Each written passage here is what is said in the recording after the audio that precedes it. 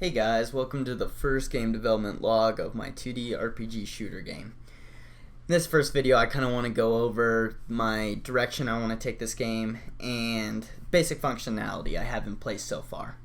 So let's get started. This game, like I said, is going to be an RPG shooter game.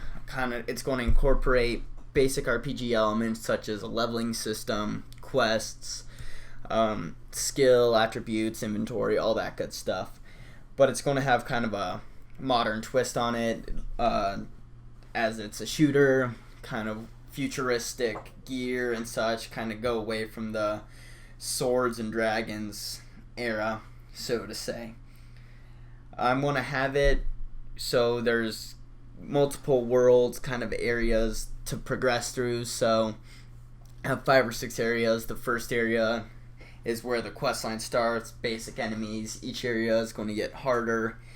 For as you progress as a character, you're going to have stronger skills, so you need to have harder enemies to fight, like any other RPG game.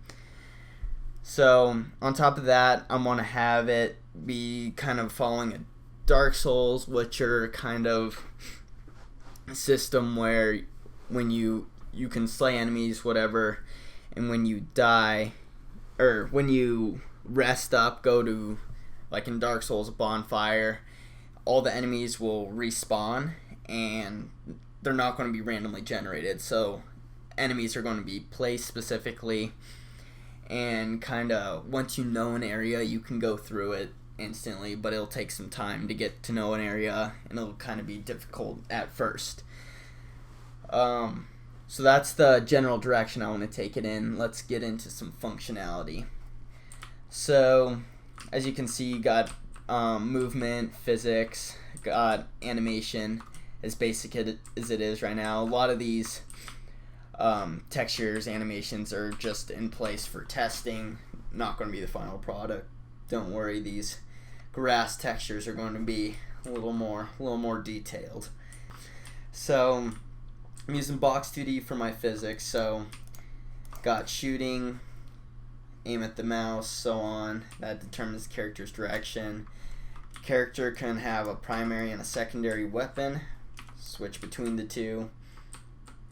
For the ground, I have it set so the tiles aren't going to be the determinant for the collision. I have vertice base, so I have a vertice placed here, here, here, and here. So that's how the collision is going to be determined. So not every block is going to be having to do a physics calculation, which will be a huge performance upgrade.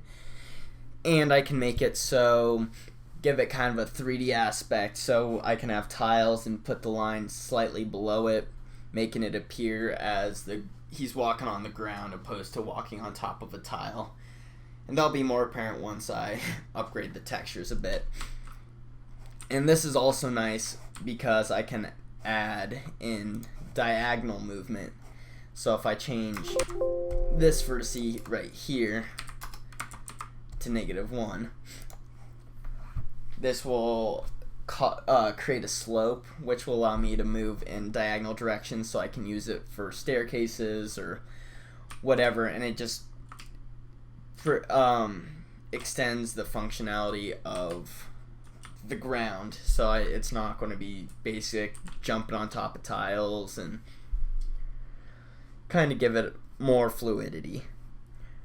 On top of that, have got basic saving and loading. As you can see here, if I hit F1 right now, it's going to save the level. Sure. If I comment this out, which is initializing the player, the ground, all that stuff, and just load the level, everything will still be in place. As you can see, player still has full functionality, everything still works. And this will be super beneficial for when I make the editor, which I'm planning to do for next week.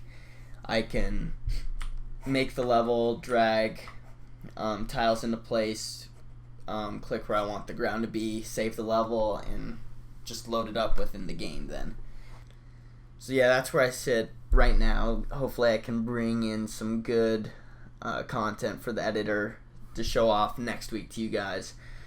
But if you like what you see, kind of are interested where this game's going, or have suggestions, leave a comment. Feel free to subscribe, leave a like. Yeah, so see you guys next week.